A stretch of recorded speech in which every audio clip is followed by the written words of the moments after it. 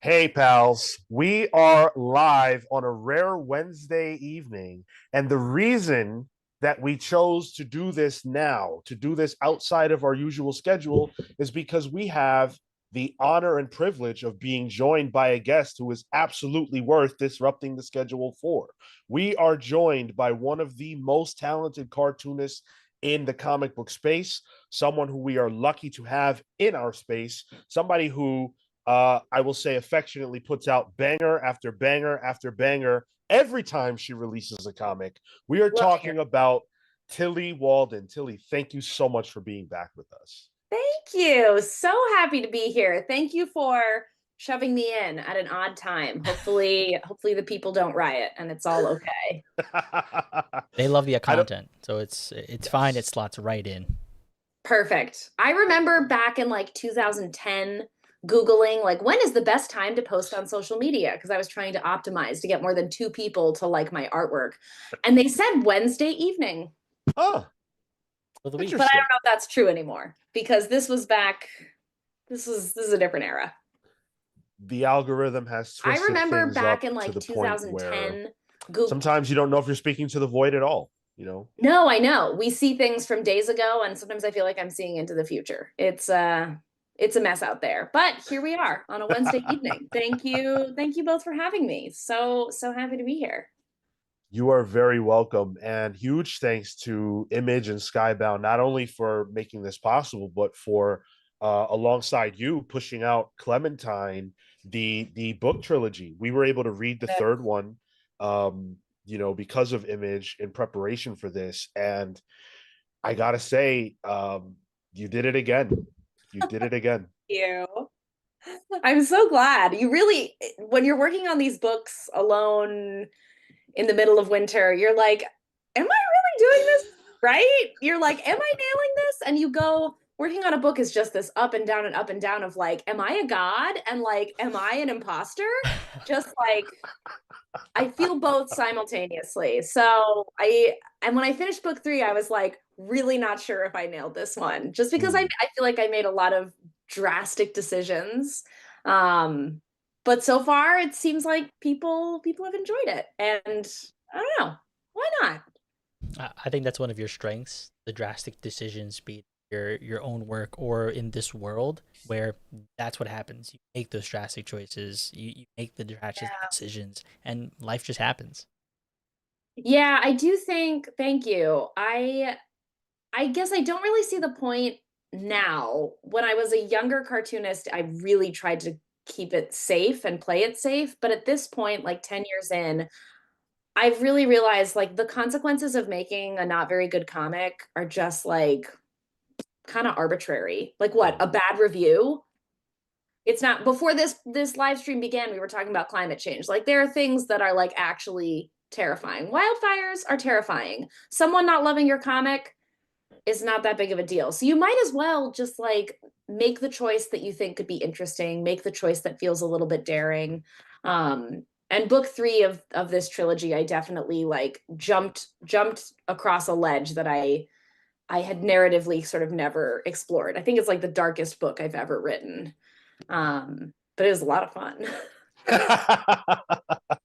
Now, I really have enjoyed, ever since the last time you came on this show, we had a conversation that I think about very frequently Really? because absolutely, because spinning broke me in half. And then the Mm, conversation that we had in the aftermath where we got to talk about it, and obviously we were here to talk about Clementine, but yeah. it was just so much on my mind.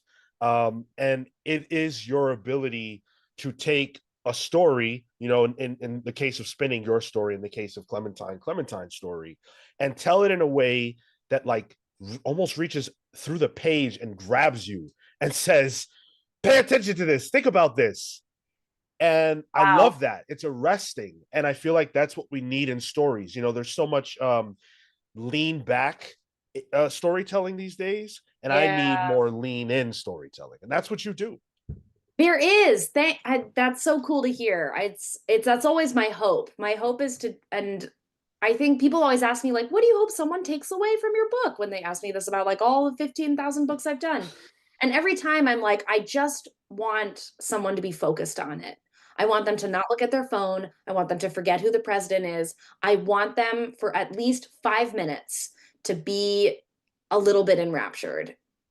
And I think that's harder and harder to find because it's not that, I mean, I do think we're sort of in a moment in comics where there is kind of, we're languishing a little bit, sort of Mhm. stylistically and narratively. That's a whole other topic of discussion. But on top of that, everyone's attention is just like razor thin.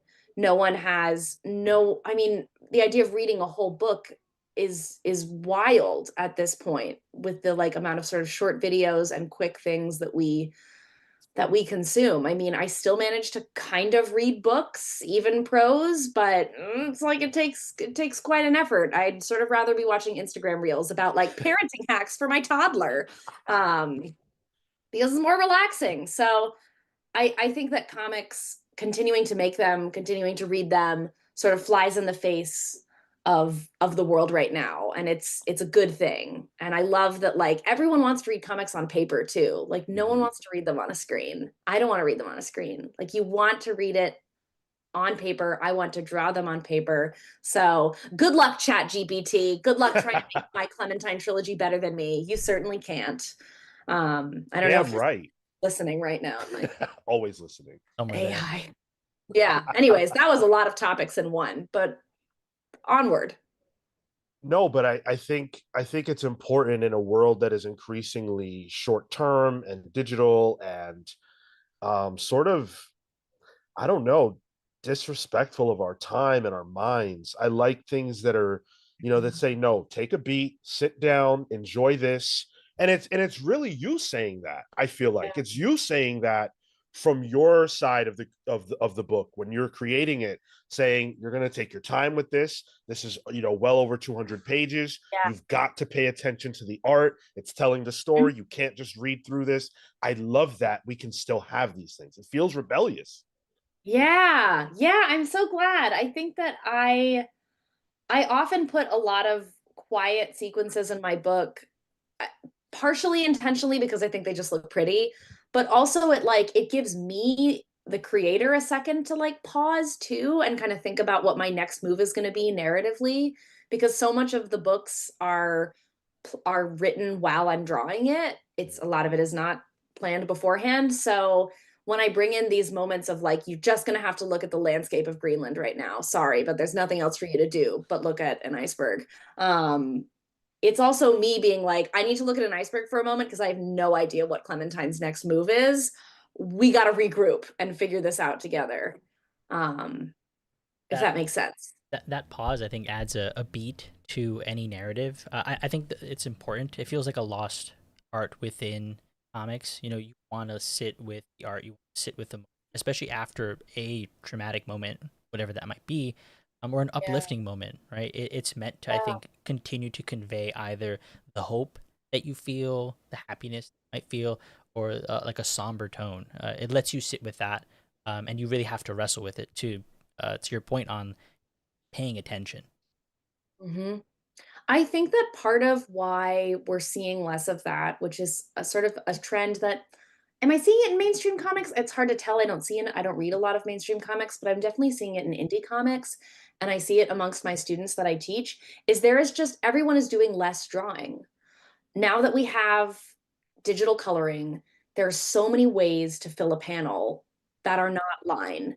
And I think that I still firmly believe in taking the time to draw the things that aren't the character, to draw the things that aren't the main storyline, because I think it builds so much trust in the world, it builds trust with the reader, but I see it less and less. Like you can't really create the moments of pause that I'm creating without really sitting down and drawing the road and drawing the town. Like it just, a swash of gray or a swash of pink or whatever is not going to cut it.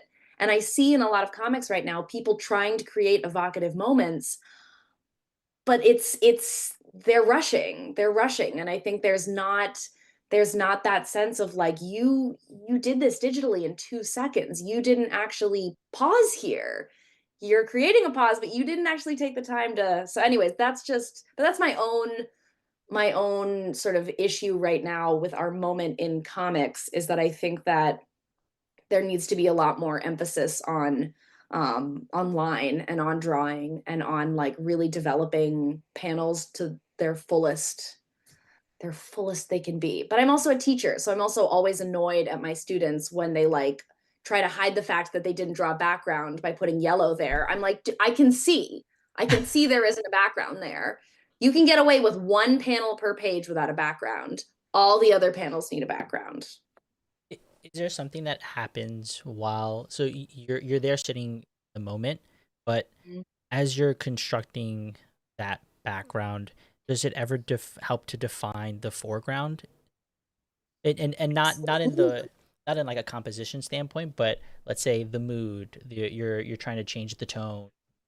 Oh yeah, the amount of lines that it takes to like draw the sort of shadows on a mountain range, it takes long enough that like you hit it's meditative. I hit this point of zen where I feel a little bit like I am Clementine and I am seeing the mountains and I can feel the cold wind cutting across my face. Like by taking the time to do those lines, I am stepping closer to her story.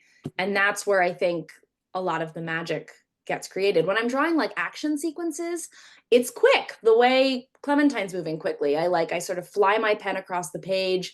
I think a lot less about backgrounds. I think entirely about the character. But then again, that like fits the mood of the moment. You know, I think that as creators, we have to find a way to step into the story however we can. And that's just sort of the way I do it. I was thinking about, as you were just speaking, I was thinking about, the truth of art. Mm, And I really feel, and I mean this, with writing and with, line work, I feel like in order to get to the truth of art, you've got to live in it. You have to live in it. You have to get as yeah. close to that story, that truth as possible. And just those, those lines that you're talking about. I'm thinking about those mountain ranges right now. I can Yeah. visualize what you Yeah. drew in those pages. And it's like, I read a lot of Big Two stuff, and it's no disrespect to that stuff, but I can't really think of a page that had no dialogue, no characters on it at all that just stood out to me. Yeah. It's sort of what's the not gluttonous, what's the word, not selfish or like lavishing. There's some sort of word to describe taking the time to do that in a Mm-hmm. comic. Like I'm gonna stop the story and I'm just gonna like really gorgeously render something for a moment. I don't think the big two, and I think mainstream comics doesn't operate that way. And also like it doesn't operate that way too, because that's not its history. It was always about shorter form, floppy comics, a lot of story, a lot of quick drama. Like that was their intention. But I feel like the history of indie comics is one where we like lavish in things. We take our time. We linger on the pain, we linger on the beauty. And I agree with what you're saying. I think that the best moments in the Clementine trilogy, from my perspective, are the moments where I was writing about myself. Like I there's something where like Rika is talking about hiding cucumbers in a locker. Like that's about me. I hid cucumbers in a locker in second grade and felt a lot of shame about it. And Olivia's birth, like that was my birth. That was just my Yes. birth. And so like I don't live in the zombie apocalypse. I'm not an amputee.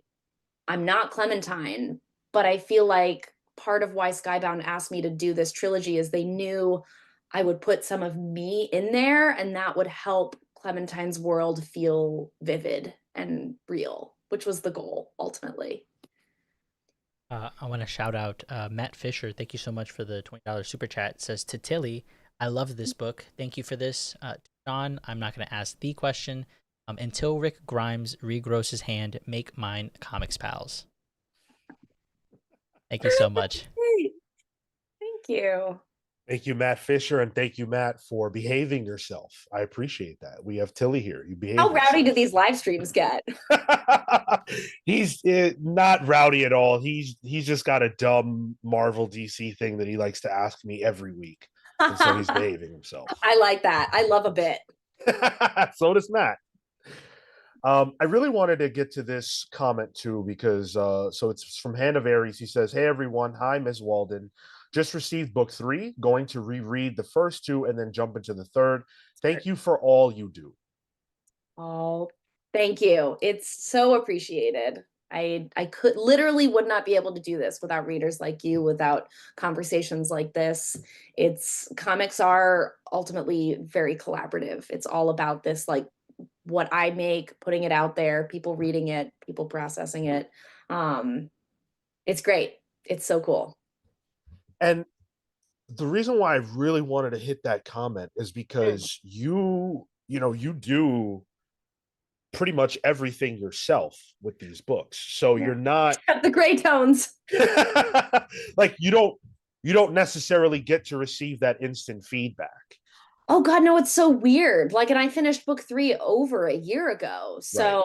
I remember drawing the last page and I just sort of started crying, mostly because of a profound sense of relief at completing this trilogy in a like very busy time in my life, mostly just because my wife and I had a baby. And so the idea that like I would now have more time to be with him, that I like worked really hard on this trilogy to hopefully be able to pay for like his future. A lot of tears, a lot of emotion, but there was no one to share it with. Mm. You know, it was like, and I'm on the last page, I just sort of scribbled down everything I was feeling because I was like, well, my little intern that's going to scan this will get to read these unintelligible raw emotions. But it wasn't until like last month that I was on the West Coast on a like little book tour for this book that I was like actually talking to people about it, and they were like, I loved it. What's wrong with you? Why did you do that thing to that character? And I was like, yeah, nice to see you too. Yeah, it's super weird. It's very delayed. And what's also, I think, hard, it's hard for me, it's hard for most creators, is that by the time you're sitting with people here talking about the book, you're working on a different book. Right. And you're like, I'm mentally like kind of somewhere else, but it's okay. I'm trying to go back to I'm trying to remember and go back to the Clementine zone. Well, I think it's fascinating because this book, this book trilogy, um, people love. And when we first spoke to you at that time, that was one of our most viewed interviews that we've ever done. Wow. And yeah, absolutely. And I was really proud of that and happy about that because we typically have more of a big 2 audience. But Mhm. for a creator such as yourself to be able Yeah. to come on here and speak to people who don't normally read what you do and So say, cool. "Oh, I got to go get more of Tillie's work." I love that reaction. The reaction from the gaming community is very different. If you're watching, you tried to stop me, it didn't work. The books are out Right. There it And is. and I love that energy. I love that energy. there. I don't care how many accounts you make, I don't care how many times you comment or message me. That's not how publishing contracts work. It doesn't stop it. And you Yeah, know the what reaction from else? the gaming community has been 2 thumbs down. But you know what though? You were given an opportunity to do something really remarkable.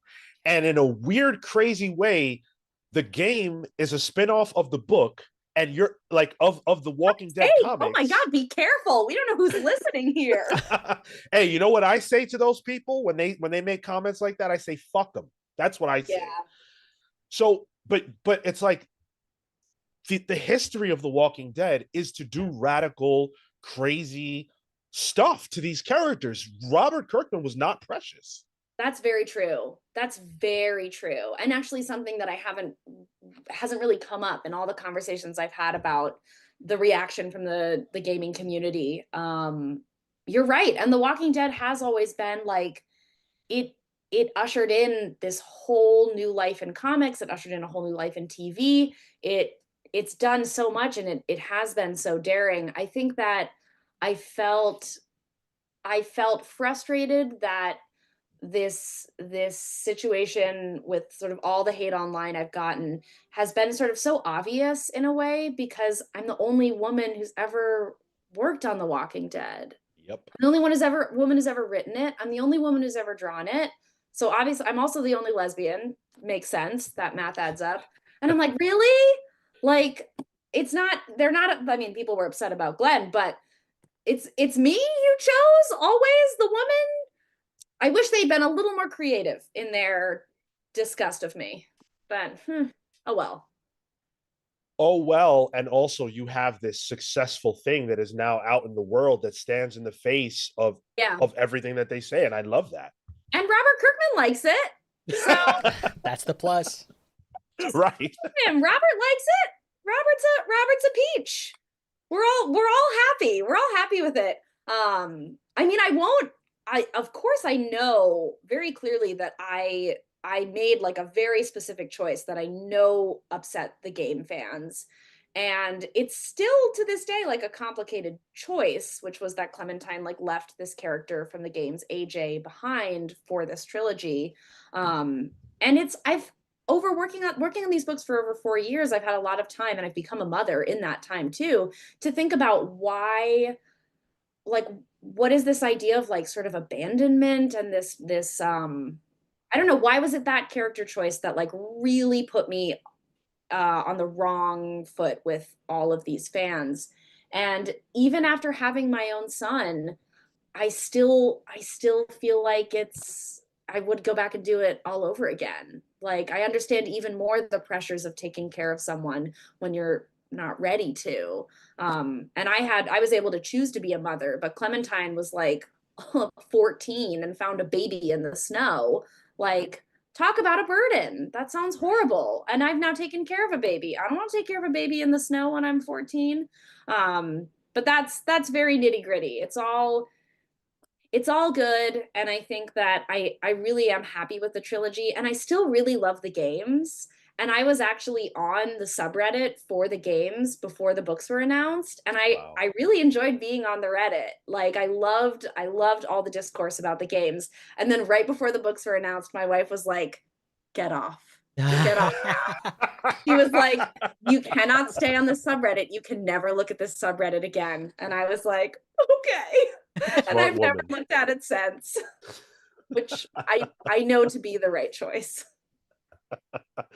Well, I think Clementine book 3 really is an incredible conclusion to the series. And you talk about making bold choices and doing things that really challenge the reader. And I felt that throughout. And that's what's exciting about, first of all, it's aggressively readable. Like I cleared it in an hour. I couldn't believe it because it was just so, Oh, yeah, it was just so readable. And I'm taking time. I love to look at panels and beautiful artwork. So I'm taking my yeah, time. yeah, no, that's so cool. Yeah. But it's also like, what's the next big moment that's going to happen? It's so exciting because in the Walking Yeah, Dead universe, anything can happen. That anything can moment, happen. right? No one is safe.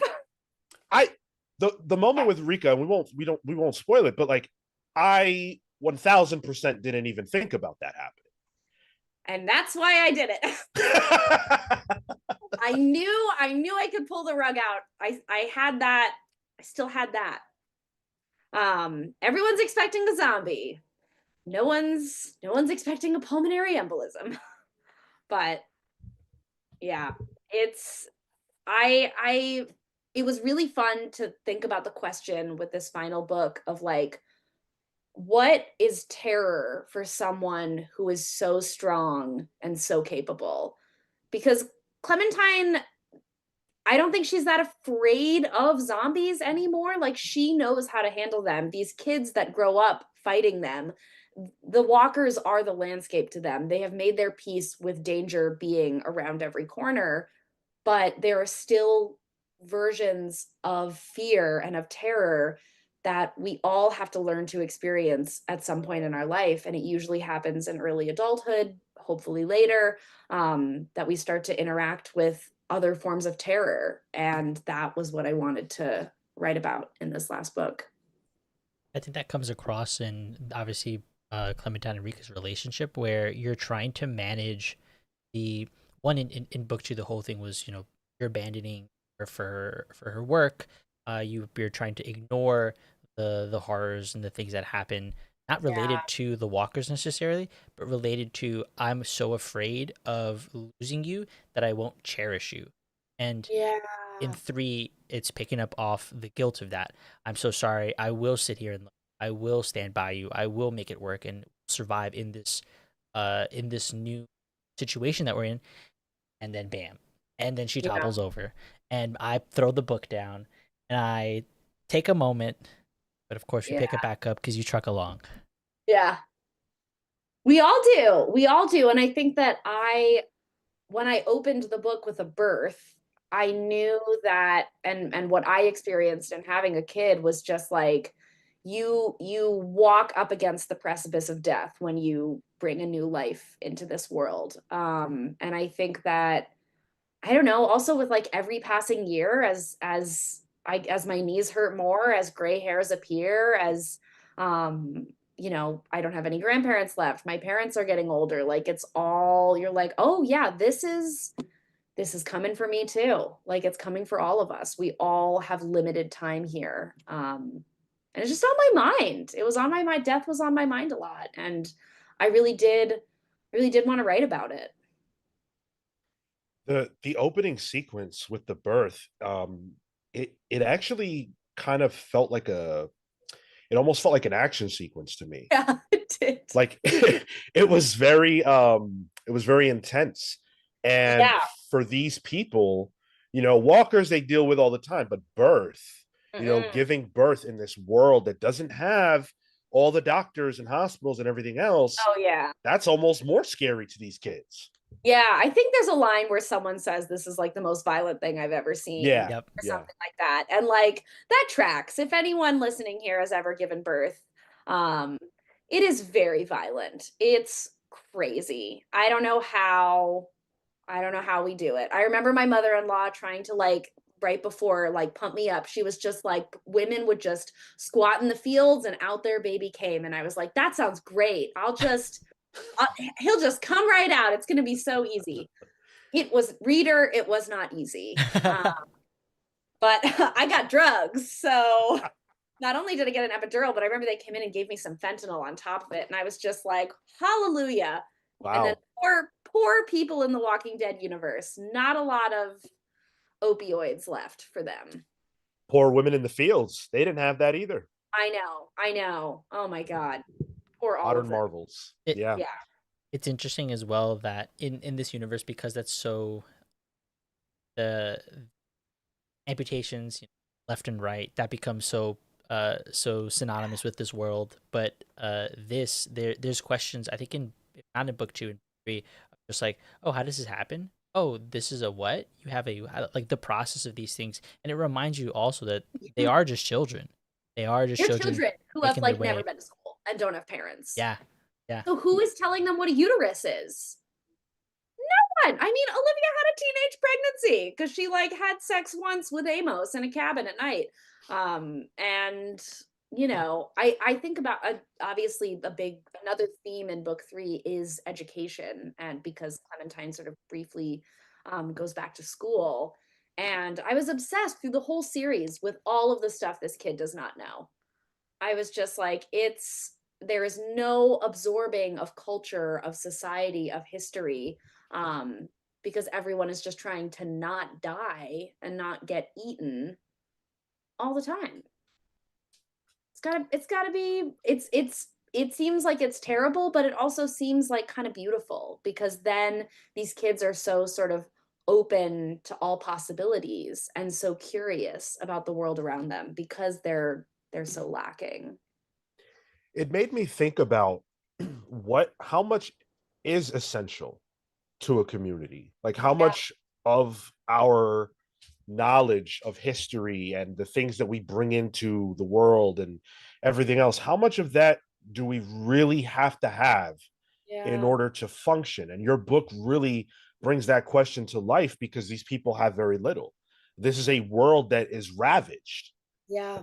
How do they get by? It's a new world. It's entirely new, but I think it's an interesting thing to write about in a place that is also so old. Because like people have been surviving in the Arctic and in Greenland for like way long times, but that's what Robert Kirkman did with the Walking Dead universe, is just he brought in this element of these walkers that truly reinvented time, reinvented place, reinvented society. But then of course at the same time, like some things are still the same, like post-walker and pre-walker. Like it's always nerve-wracking going to a country where you don't speak the language. It's always nerve-wracking having a first day of school. Like that's the same in any society. So it's cool to see what is new and what is very old. Yeah, 100%. I wanted to get this comment because I think it's a good point for everybody to know. So Hayden's Hideout says, I've never read, watched, or played anything Walking Dead related. Can I jump into this series with no previous knowledge? 100% yes. Yep. Yes, you can. Yep. Yes, you 100%. can. There's some like Easter eggs if you've played the game, but you don't need to know why Clementine names her prosthetic Kenny. It's a nice name, but it is a reference to a game character. No, you're good. You can. A lot of people, the people who read my books, typically do not read The Walking Dead. It's like a lot of baby queers. Like they don't know The Walking Dead, and they just want like gay romance, whatever. But they've read these books and all is well. So if they can read it, you can too. They're zombies. They're zombies. That's it. It's fine. Yeah, you have to stab them in the head to stop them, or like cut their head off. We all know this. Our cultural knowledge of zombies is pretty on point. Exactly. And I feel like The Walking Dead is a big reason why. Like it did so much. Completely. And then all the zombie predecessors. Yeah, it's a great era for the supernatural. I feel like zombies, werewolves, vampires. It's a good time. Your books don't tend to have zombies in them. Um has it been fun getting to kind of play with that kind of element that normally would not make it into your work? Oh yeah, it was great because it was challenging. The worst thing that can happen to me as an artist is for me to be bored and to do the same thing again and again. And the way to avoid that is to keep trying to take on projects that get me out of my comfort zone. Um, and The Walking Dead and zombies are completely out of my comfort zone. And after completing the trilogy, I can now say I can comfortably draw a zombie. That's great, but now zombies are my comfort zone, so I got to move along. I got to find something else that is not easy, so I can keep growing. Yeah, I think, and when they announced this trilogy, I think a lot of people had just were like a meme with question marks over their head, just like, what, Tillie Walden and The Walking Dead? Like, this is odd. But I think that's why it was such a cool choice. It was weird. I am a weird choice for The Walking Dead. I make like sunset colored, atmospheric, light plot trauma novels, like graphic novels. Like that is what I do. That is my safe zone. But they were like, no, let's do black and white. Let's do action. Let's do The Walking Dead. Yeah, it was so challenging at so many junctures because of that. But through the challenge, I managed to make some cool books. Was there something that you feel like you noticed from book one page to book three page, like last page, that you feel like is the most change? Oh God, I'm a much better artist. I think like the challenges of a slightly more realistic, more action heavy comic are just like profoundly different from the other kinds of comics I was telling, because most of my other comics I could kind of hide the human figure amidst trees and amidst beds. But this, like working from page one to the last, the amount of sort of figures on the page doing things and being in positions that I did not feel like I knew how to draw, challenged me to such a degree that I feel like it's so fun to look at the trilogy 1, 2, and 3, because you literally see me getting better at drawing all the way to the end. It was so fun. It was so great to see. The best way to get better at comics is to just keep drawing them. And that's always going to be true. Is that what you tell your students? Yes. So draw more friggin' comics. You can curse.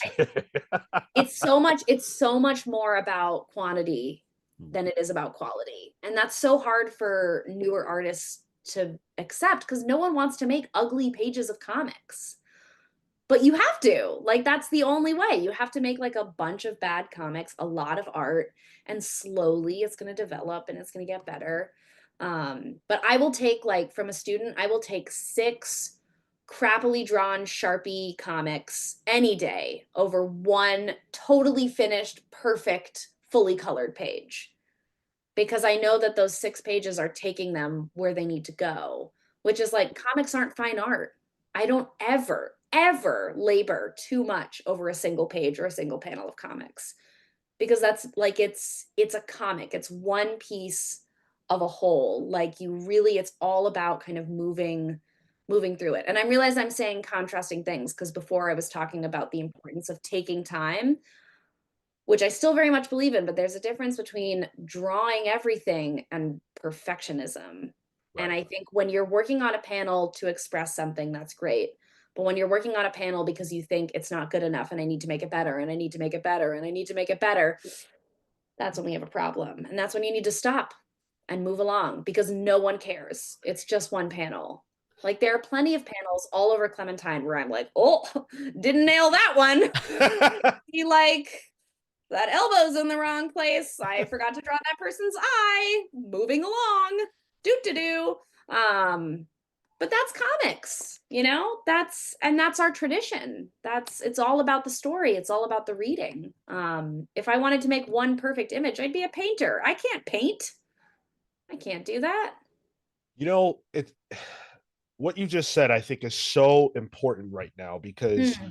it even within the scope of the big two, there have been multiple instances over the last year where an artist who is super talented is Yeah. drawing their book, and because of an imperfection Uh-huh. that oh wow, that leg is out of place or that looks odd or whatever, people are saying, oh, that's AI art. That artist is using AI in their work. And it's like, wait a second. You think that because a piece of art has an imperfection, something that you don't think is the way it should look, that means it has to have been done by AI? Is that where we are? Interesting. I sort of get where they're coming from because I know that AI is just like the uncanny valley. And anytime we see something like odd now or just like a little awkward, I guess you could think it's AI, but it's so wrong. It's so not right. Wow, that's interesting. Yeah. I mean, AI is a huge discussion in comics right now, as in every other creative industry. Um, and I have yet to see AI make a good comic. It's Exactly. not gonna happen. Well, Exactly. look, and even if it does happen, like try reading it. Like, is it going to be, unless they're like stealing word for word some of my writing, I don't think it's going to be very good. And even if they steal my writing, I don't think they're going to know what order to put it in for the maximum emotional impact. I know the order. Like they can get I years ago when AI was still nascent, I asked it to like try and draw in my style and it was so bad. It was really funny. It was like a really funny bad version. Now I bet it would freak me out. I bet if I asked it to make a drawing in the style of Tillie Walden, there's enough of my art that has been eaten up by these companies and machines. So much of it is online. All of one of my graphic novels is online that I think it could do it. But again, it doesn't know how to put it together into a story. Also, how lame, to be how lame for the AI, how lame for the person to try to even do it with AI. Yeah. Like, it's just not a cute look. No. Pick up a pen, pick up a pencil, a Sharpie, as you said. Yeah. Um, but you know what I don't think can ever replicate is the truth of your work. Yeah. Like, I It don't, doesn't have that. Yeah, it doesn't have yeah, memory. yeah. It can't draw on experience to make a point Yeah. or to make someone feel something. Like Yeah. the moment at towards the end of the book, which really struck me, where Clementine is she says something to the effect of, I didn't do everything right in loving you, but if I ever meet someone again, I'll tell them I love them every day. Like that's the kind of thing that I think only a human can say and understand the meaning of. Right. Right. Yeah, it's true. I mean, human beings are we're very imperfect, we're very odd, we're all pretty screwed up in our own way, and I think that's what makes our honesty and our points so good and so interesting to read. And AI is just it's obviously it's too calculated. Um yeah, it's really I don't know. I mean, amongst my artistic community, the like queer indie cartoonists, you even like mentioned that you looked at chat gpt from across the room and people will be like, you're out, you're kicked out of comics, which is a little intense but also maybe good. Like no one I know touches it. But it's funny when I talk to non-cartoonists or like regular people, they're like, oh yeah, I chat gpt helps me do my grocery list. I'm like, what? you you went near that evil machine for your groceries?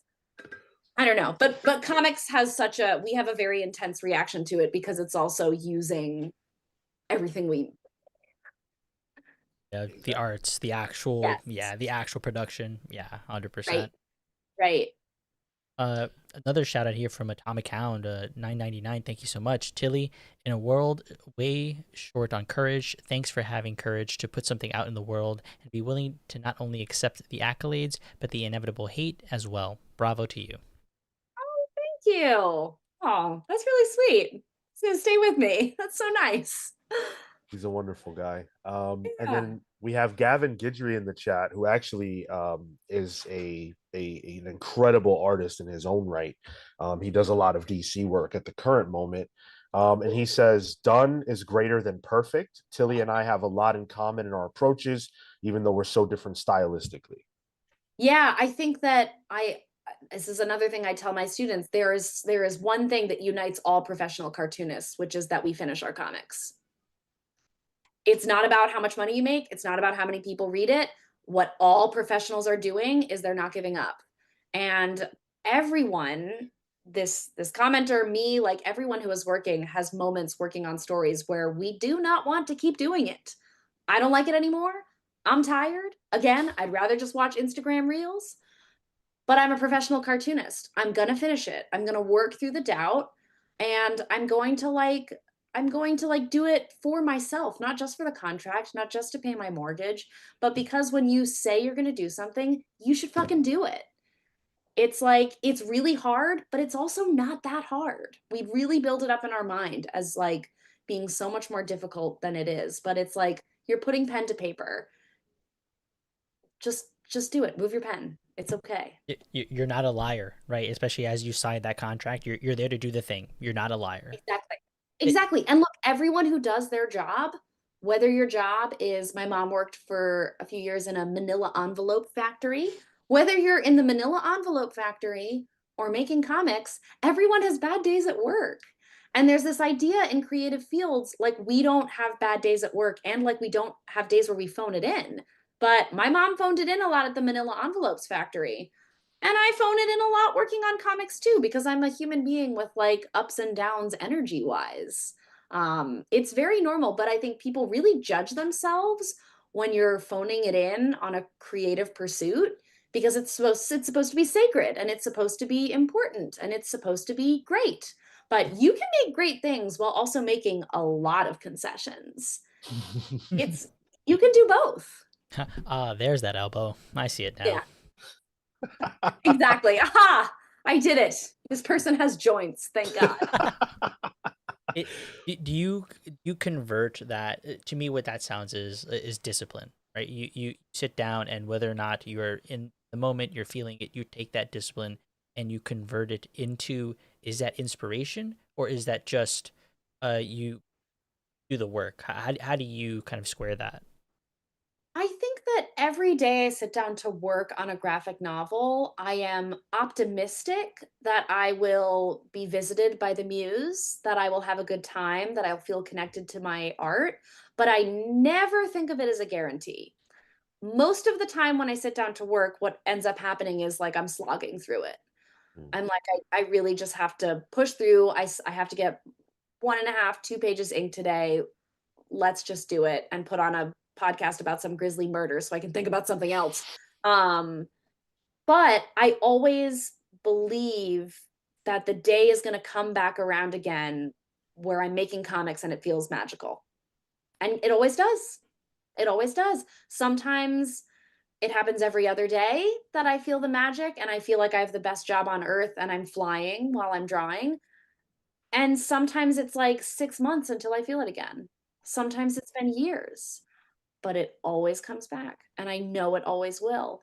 But you have to be patient and you can't stop working if the magic is gone, or at least I can't because it's my full-time job. This is why I always tell people who want comics to be their full-time job, I'm like, are you ready to sacrifice to do that? Like, if you want to follow the magic of creation and only create when it feels beautiful to you, then boy, do I have an answer for you. Part-time work, not full-time. If you do it full-time, you don't get to have magic always. You have to just it's like doing your taxes. That is the feeling of drawing these graphic novels sometimes, is like doing my taxes. It's not fun, but that's because it's my full-time job. And I'd rather slog through art sometimes and still have it be my full-time living. For me, the sacrifice, totally worth it. I love this job. I make my own schedule. I make great books. They make some money and we manage to survive. But not everyone wants to do that. Not everyone wants to forever change their relationship to their art and mix money into it and mix discipline and mix scheduling. Mixing all that with your creative pursuit, you have to have the right constitution for it. If that all adds up. But for me it worked, but it doesn't work for everybody. Gavin in the chat says, I was drawing in the Omaha airport Monday, not because I wanted to. Yep. Yep. The amount of drawing I've gotten done on clipboards. Oh my God. In airports, all of it. In car dealerships. Do you think I want to sit in the Subaru dealership and work on my graphic novel? No. I want to read Reddit like any other normal person. That's what I do in a car dealership. But no, I'm working on my stupid book. Oh my goodness, that's hilarious. By the way, guys, Clementine book 3 is out now. Get all 3. They are fantastic. I've seen some people in the chat saying they're going to go pick up these books. Definitely do that. Wouldn't steer you wrong. They're fantastic. And the other thing is that you're getting a look into the world of a creator who may be outside of what you typically read, but I guarantee you sometimes that's where the best books are, where you're not looking. And so go out and pick up Clementine. It's worth your while. If you have any questions for Tillie, please share them in the chat.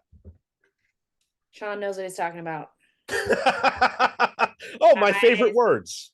I stand by all these statements. Agree completely. You know, you said something that I think is really interesting when you're talking about, working on something that you love and the dedication that it takes and everything else. One of the things that to me is so important to think about is that, as wonderful as your work is and as great of a person as you seem to be, you're a human. And you're not more human or superhuman than another person who wants to make comics, but says, oh, I'm not Tillie. Well, yeah, but you're you. Mm-hmm.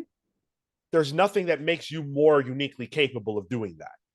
No, and everyone has a unique perspective that can be put in a story. What people struggle with is how to unleash it, how to like get it out there. Not everyone knows how to kind of translate their specific experience into words that can fit in a panel, but no, I it's not like some god-given talent. Like when I started drawing, it looked the way it always looks when someone doesn't know how to draw. Like it didn't look good. And all the early comics I made didn't make sense, and then they got over narrated, and then they were like really embarrassing and too personal, and then I did all of it. I made all the steps, all the awkward steps that you have to take, because I wasn't bestowed this ability or some special voice. It was just that I wanted to get good at this. So I've worked really hard over 10 years, almost 11, to try to do this, to try to do it better. And every comic I made got like just a little bit better, which was I've seen my ability very slowly march on its way. But it's funny when people I think, are starting out and they see these finished books and they think they should be there now. Like, I'm gonna do my Clementine, I'm gonna do my memoir, I'm gonna do this thing. I'm like, it is literally just like playing piano. Making comics, same thing. No one is playing Mozart in 5 years. A lot of people aren't playing Mozart in 10 years. It's the same. It's the same in comics. I don't know why musicians have such a healthy perspective on how long it takes to become good at something. But I have students who have been drawing for 2 years who are devastated that their work is not where they want it to be. And I'm like, you are fresh. You are fresh. It is not the time to be judging yourself. It is the time to just be enjoying these wacky things you're making and look forward to 8 years from now when you're doing a great job. Tilly, I concede you've been playing jazz since 2015. The End of Summer was my first book, and since then it's been a rocket ship. That's crazy. That's a deep cut. I mean, I'm love that proud book. of that book, but God, it looks like it was made by a 19-year-old. But I feel like the notion that I always feel like the notion that a person has to be special or unique Mm. to do a thing negates the work that it takes for you to do the thing. Like, you didn't emerge like, yes, here I am, a Yes. tremendously perfect artist, like, you put the time in and no one was there with you during those moments. They only see the result. Right. I do think the thing that is unique and can be hard, especially in the age of the internet, for people to figure out is everyone has to find their medium that fits them, right? Is it podcasting? Is it comics? Is it um, a live journal? Is it a Tumblr? Like, is it poetry? Is it marketing? I don't know what, like, everyone has to find sort of the glove that fits. Um, and I think the place where I am very lucky and where I do feel like a little bit kissed by God is that I found comics early. And Scott McCloud looked me in the eye and told me to make comics when I was 16. And so that set me off on my path. And that could have happened when I was 26. It could have happened when I was 56. But I got lucky that it happened early and I found comics and I was like, this medium makes so much sense to me. And sometimes I have friends and know people who are still searching for the vessel for their voice. And so that's where luck can come into it, is like, have you found the thing? And some people are like, it's a little bit of everything. I'm definitely one of those people where it's like, it's comics or bust. I can't do anything else. I can't knit. I can't paint. I can't even swim. I can't swim, you guys, but I can draw comics. So. And you're one of the best at it. Now, what's the next step? Because obviously Clementine is a huge moment in your career. Yeah. And hopefully put a ton more eyes on what you do. And so Totally. for those of us who are, anxiously anticipating the next Tillie Walden joint, so to speak, where's your head at? It will be out next year. I was just sitting here working on it minutes before I spoke to you, because remember when we were talking about hard work? You work every minute you can because my wife is putting the baby to bed, so I have time. I'm working on a historical graphic novel, so I feel like I needed to do something different, right? Zombies became the comfort zone. What is something I've never done? I've never done a book in the past. I've never done a book about a piece of history that is real. So I'm writing about Vermont in the 1800s. Super gross, lots of disease, lots of chamber pots, but also, surprisingly enough, a couple lesbians did appear in the 1800s. So writing about them, I'm making this book. It's called Charity and Sylvia with Drawn and Quarterly, and it's going to come out next summer. But it's different. I'm going back to vignettes, like one-page comics, and they're all on a 12-panel grid. I love grids, and I haven't worked on a grid in a really long time. Yeah, here, wait, let me pull for the live stream. Ooh. Yes. I was just toning, so you can see. It's black and white, but oh God, it's so hard to tell. Oh, there you go. Oh, nice. Wow. Vermont, talk about backgrounds. We got some sleighs, we got some bonnets, We got some racism. We got a lot of Christianity. Oh my God, so much Jesus. This is by far the most Jesus I've ever written about. Seriously, I had to read the Bible. Oof. Had not touched that one yet. And now I can say I sort of get it. Well, you said you got comfortable with zombies by the end of Clementine. What else have you gotten comfortable with based on this new book? Oh my God, so much scripture. It's like I think the public, everyone wanted me to make another book about lesbians, but this is really just about women who love Jesus, which is a form of love. So there you go. The love of God, loving Christ, The Sure. fear of hell. Right. Right. A lot. So I'm drawing a lot of angels. I'm drawing a lot of the Virgin Mary. Okay. Drawing some hellfire. A lot of it's actually it's been delightful. I'm very excited. I actually didn't know that that's where you were going next. So Yeah. That's very exciting. And I know for me at least, and hopefully for the listening audience, you are now always going to be on my radar. Anything that comes out from you, I am first in line. I'm so glad. I'm so glad. I'll keep trying my best. Well, look, we already discussed how perfection is the enemy of progress. But if Clementine Volume 3 is any indication, you are very much on that road. You are on the right path. Thank you. It's a bright future ahead, not for the earth, but for my comic. Not for our country, but for comics. Bright in the way that it'll catch fire at most. Yeah. I'll get one of those fire safe boxes and shove all my art in there. And when the world ends and a little microbe grows into a human again and they find it, they'll have something interesting to read. I always think like when the world ends and everything, all the stuff is just left over and the aliens come, they'll find my comics collection. And it can be a new myth somewhere else. Oh, the stories of these humans. Yeah, let's see which they find first. Are they going to find the Bible or are they going to find your comics collection? Well, that will dictate which direction they go.